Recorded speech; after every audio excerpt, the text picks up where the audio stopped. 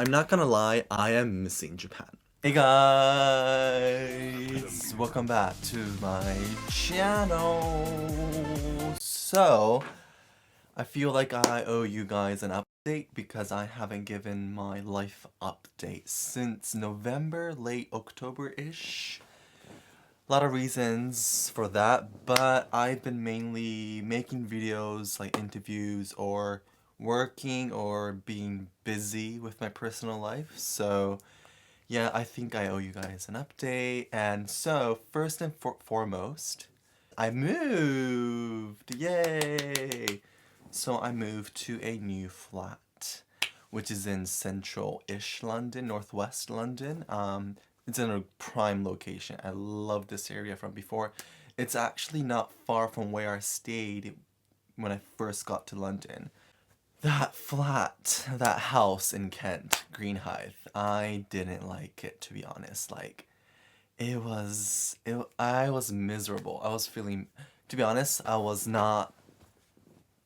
want to say, I wasn't happy there. I wasn't content. I always felt shit when I was in that house.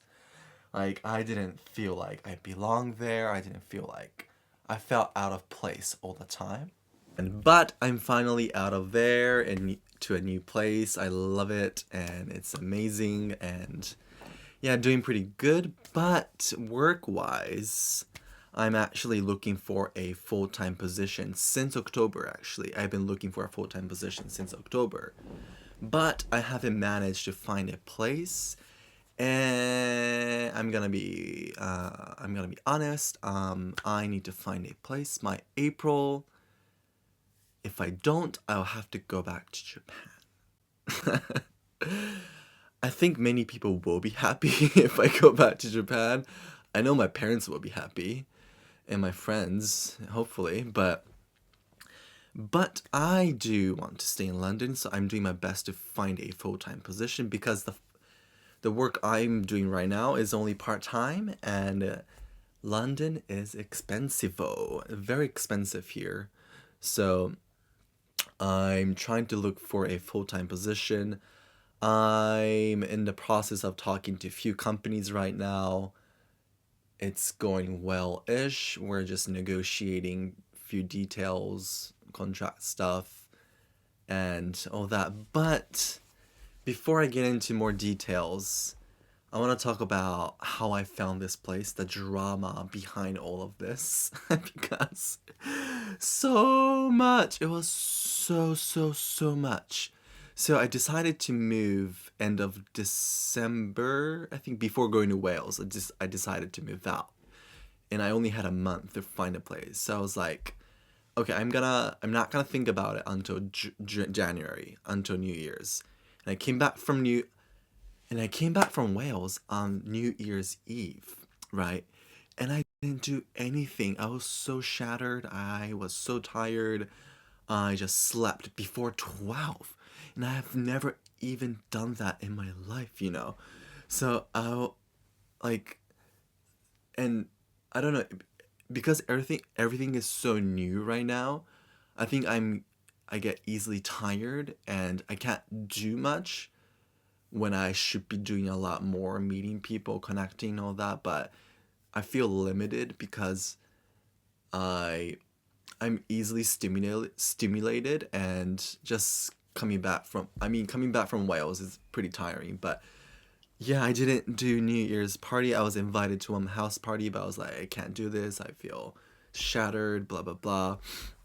And then I started searching for a flat, but I couldn't find any place that fits my budget, fits my criteria, because I was looking for a place that could do like minimum 3 months, budget not too high, but still in a nice location, which is, I know, pretty hard to find in London.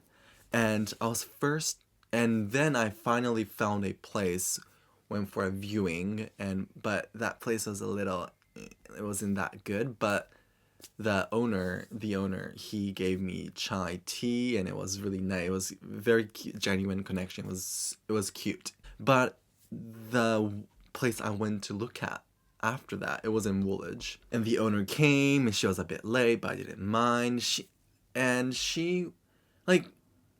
was nice, but I could tell that something was off.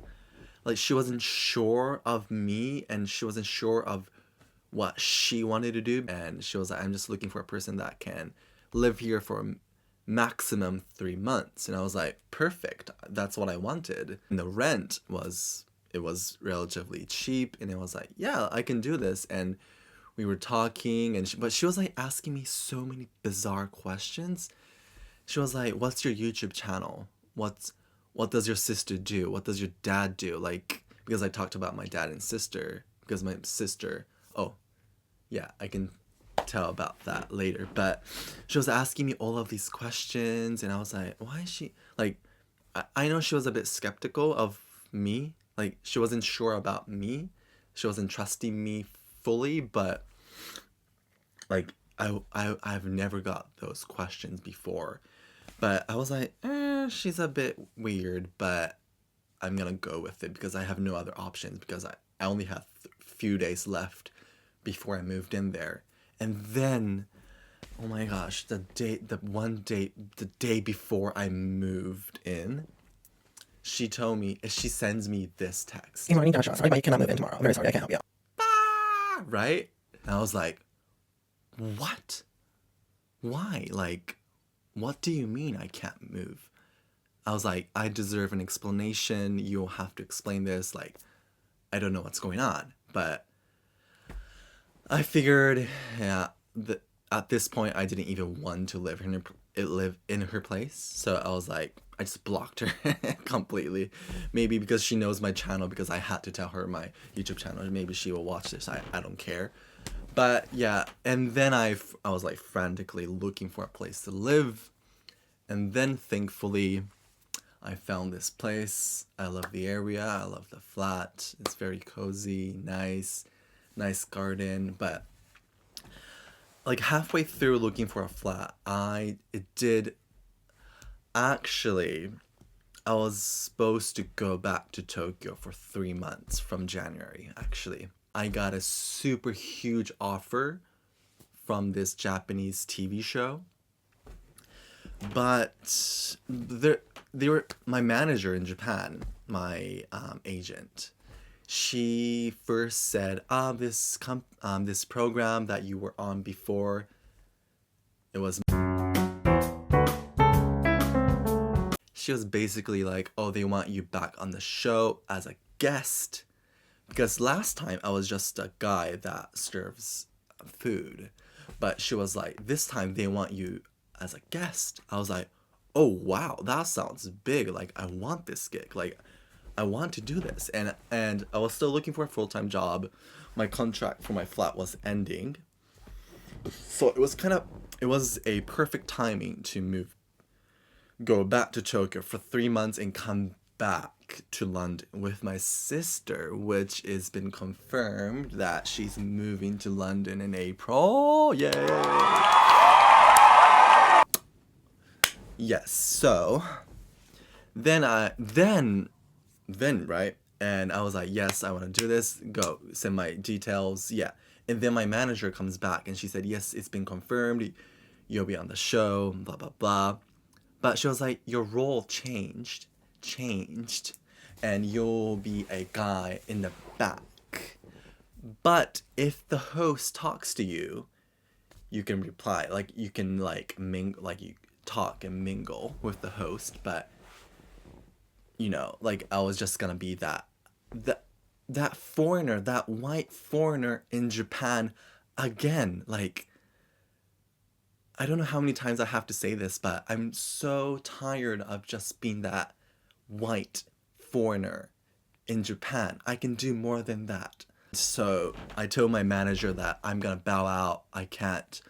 I thought they wanted me as a guest, but they're changing their offer. And I told them that I'm not interested because their offer is changing. I can't do this. So I changed my plans completely. And I decided to stay in London, push through, do YouTube, do my part-time job, meet people, meet my friends, and all that. So I am doing good in terms of health, health, mental health, because I used to be depressed, kind of, in 2018, 19-ish, around that time of period. But in terms of life, I don't know how to put this, but I don't have much financial freedom right now. I can't do much, basically. I've managed to do a lot the past few months, but I do need a full-time position. I don't have it yet, so I'm still looking for a job. And until I find a job, I can't do much. Like, I can't live a bougie life, which I used to do, or which I tried to do in Tokyo, and I failed completely. But I've also had the chance to reflect and think about my life a lot. And I've been thinking about my upbringing and my childhood memories and all of that, because I dream a lot while I'm in sleep. I'm not gonna lie, I am missing Japan. I am missing Japan. I miss the food. I miss my family. I miss my friend. I do love my life here. I do love my life here. I do want to stay here, but I do want to go back to Japan to see cherry blossoms. Yeah, I do miss. So it is that season, isn't it? It's like end of winter. Season depression is about to end, but you're at the last stage. It's the last stage you have to hold on. Like, you gotta hang in there, you know? So I am managing that, but it is tough some days, and it is tough, and I do miss a lot of things from Japan. But I know that's just more of a nostalgia thing, and I'm holding on to good memories of when I was in Japan and all that. But I've also met many interesting people, and they're just so amazing, and I'm just so happy that I made the move here and I decided to move to London, even though there's there's a lot going on in the world. But yeah, it's been refreshing, and I'm really enjoying going to Japanese restaurants and Japanese cafes here, actually, and connecting with Japanese people here, actually, because we all have a very similar story moving from Japan to the UK. And even though I don't look Japanese, they easily accept me as Japanese here. They don't care that I look different, and the moment I speak, they know I'm from Japan, and we share the same.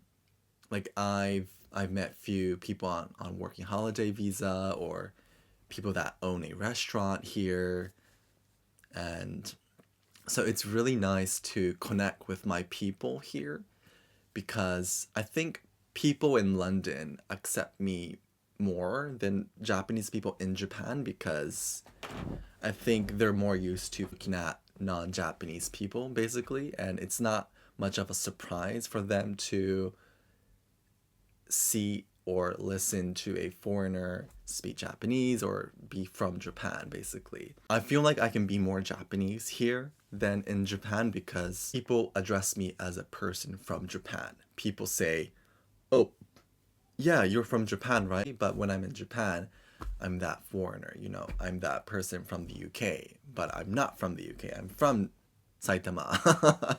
I'm from Nisa. You know, I'm from where I grew up. But I was always hesitant to tell people that I'm from Japan, even in Japan, because they wouldn't believe me. But people in London believe me. Japanese people in London believe me. They're like, "Oh, nice, cool, fine." Like, that's it, and it's pretty nice. It's pretty refreshing to be able to connect and talk to my people, not on a surface level, but we go deep, and like we're just like, "Why did you come to London? Why did you want to come to London? what kind of life changes do you want, and all that. So I've really been able to reconnect with Japanese people, which is really good because I was avoiding that in Japan. I was trying to meet foreigners, a lot of foreigners in Japan. Like I would try to connect with foreigners, and like because they look like me, I felt more comfortable being around them. But I realized that my cultural reference, like my cultural base, is very much Japanese. And when I talk to Japanese people, like we bond instantly. There's no barrier there. I don't know how many times I said Japan in this video.